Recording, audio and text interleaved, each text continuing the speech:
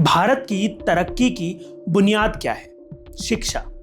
और बात जब हो हायर एजुकेशन की तो ये सिर्फ एक डिग्री लेने तक सीमित नहीं, बल्कि देश के भविष्य को आकार देने का सबसे मजबूत जरिया है। हायर एजुकेशन सिर्फ व्यक्तिगत विकास का साधन नहीं, बल्कि सोसाइटल प्रोग्रेस और नेशनल डेवलपमेंट का एक महत्वपूर्ण आधार है। हर डेवलप्ड कंट्री की सफलता की रूट्स उसकी एजुकेशन सिस्टम में गहरी बसी होती हैं। आधुनिक भारत जो एक ग्लोबल पावर बनने की ओर अग्रसर है, उसमें हायर एजुकेशन और रिसर्च का अभूतपूर्व योगदान है। इसलिए ये ज़रूरी है कि हमारा एजुकेशन सिस्टम मजबूत, इंक्लूसिव और फ्यूचर रेडी हो। 26 दिसंबर 2024 ये दिन इंडियन एजुकेशन सिस्टम के लिए एक महत्वपूर्ण बदलाव का संकेत लेकर आया। इसी दिन 1992 बैच के मणिपुर काडर के आईएएस अधिकारी डॉक्टर विनीत जोशी को भारत के डिपार्टमेंट ऑफ हायर एजुकेशन का सेक्रेटरी अपॉइंट किया गया।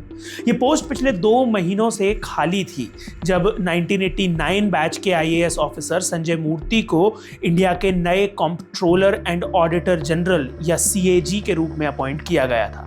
लेकिन आखिर कौन है डॉक्टर विनीत जोशी और उनकी ये नई रिस्पॉन्सिबिलिटी इंडियन एजुकेशन सिस्टम के लिए कितनी जरूरी होने वाली है? नमस्कार, मैं सृजन गिरदुनिया और आप देख रहे हैं इंडियन मास्टरमाइंड्स। अगर आप ये स्टोरी डिटेल में पढ़ना चाहते हैं तो इसे अयोध्या प्रसाद सिंह ने इंडियन मास्टरमाइंड्स की वेबसाइट के लिए लिखा है। आप डिस्क्रिप्शन में दिए गए लिंक के जरिए उसे पढ़ सकते हैं। चलिए जानते हैं आईएएस ऑफिसर विनीत जोशी की जर्नी के बारे में। इससे पहले कि हम हायर एजुकेशन सेक्रेटरी के बारे में जानें, ये समझ लेते हैं कि उनका काम क्या होता है।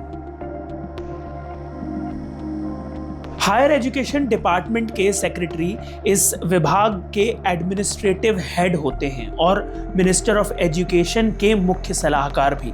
उनकी जिम्मेदारी ना सिर्फ पॉलिसीज पर सलाह देने की होती है, बल्कि पूरे डिपार्टमेंट के स्मूथ ऑपरेशन की भी होती है। सेक्रेटरी हायर एजुकेशन से जुड़ी पॉलिसीज पर काम करते हैं और सरकार को स्ट्रेटेजिक एडवाइस देते हैं।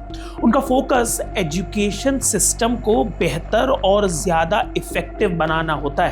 एक एक करके हायर एजुकेशन सेक्रेटरी की मेजर रिस्पॉन्सिबिलिटीज पर नजर डालते हैं। पूरे डिपार्टमेंट ऑफ हायर एजुकेशन का मैनेजमेंट सेक्रेटरी की जिम्मेदारी होती है, जिससे एजुकेशन सेक्टर की स्कीम्स सही तरीके से इंप्लीमेंट की जा सके। देश में हायर एजुकेशन का एक्सपेंशन, नए इंस्टीट्यूशंस का एस्टैब्लिशमेंट, स्टूडेंट्स के लिए एक्सेसिबिलिटी इंश्योर करना और क्वालिटी ऑफ एजुकेशन में सुधार लाना, ये सभी सेक्रेटरी की प्रायोरिटीज में शामिल होते हैं। एजुकेशनल इंस्टीट्यूशंस, टेक्निकल बॉडीज और प्रोफेशनल इंस्टीट्यूशंस को मिलने वाले ग्रांट्स की प्रोसीजर की मॉनिटरिंग भी सेक्रेटरी ही करते हैं, ताकि रिसोर्सेज का सही उपयोग हो सके। सेक्रेटरी की रिस्पॉन्सिबिलिटीज सिर्फ प्रशासन तक सीमित नहीं है, बल्कि भारत में उच्च शिक्षा के भविष्य को आकार देने में उनकी एक महत्वपूर्ण भूमिका होती है।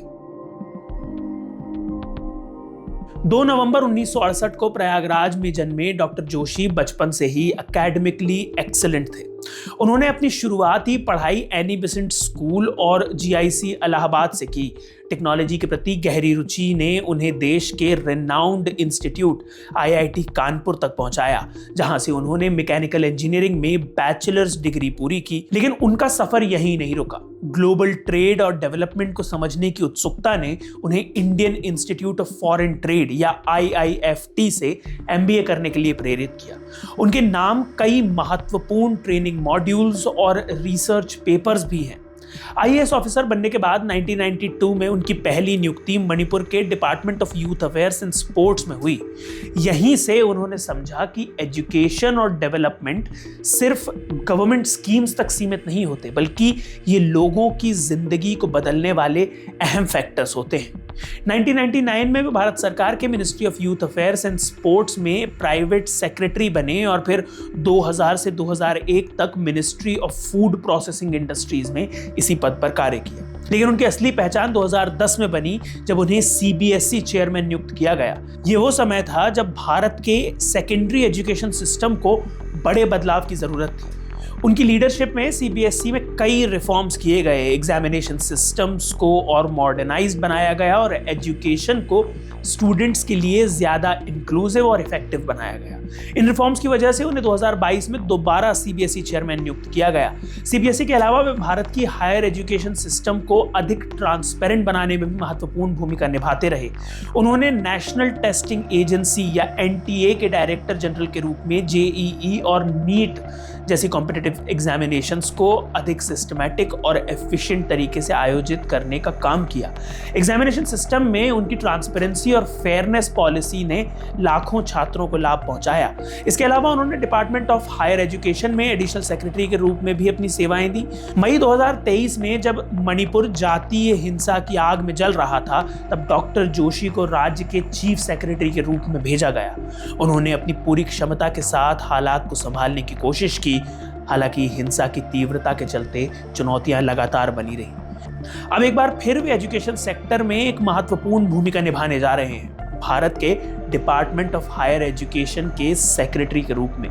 ये कोई आसान जिम्मेदारी नहीं है। इंडिया के एजुकेशन सिस्टम को ग्लोबल स्टैंडर्ड्स के अनुरूप बनाना, रिसर्च और इनोवेशन को बढ़ावा देना और नेशनल एजुकेशन पॉलिसी 2020 या एनईपी को प्रभावी रूप से लागू करना, ये सभी उनकी प्रायोरिटीज में शामिल होंगे। क्या वो इस बड़ी रिस्पॉन्सिबिलिटी को पूरी डेडिकेशन और सक्सेस के साथ निभा पाएंगे, ये तो आने वाला वक्त ही बताएगा। लेकिन उनकी अचीवमेंट्स और एक्सपीरियंसेस को देखते हुए पूरे देश को उनसे काफी उम्मीदें हैं। एजुकेशन केवल टेक्स्ट बुक्स में बंद नहीं होती। ये वो पावर है जो एक इंडिविजुअल ही नहीं बल्कि पूरे देश की डेस्टिनी बदल सकती है। और जब सही लीडरशिप मिलती है तो ये ट्रांसफॉर्मेशन और भी इफेक्टिव हो जाता है। डॉक्टर विनीत जोशी की ये जर्नी हमें ये सिखाती है कि एक डेडिकेटेड इंसान कैसे एजुकेशन को कैटलिस्ट फॉर चेंज बना सकता है।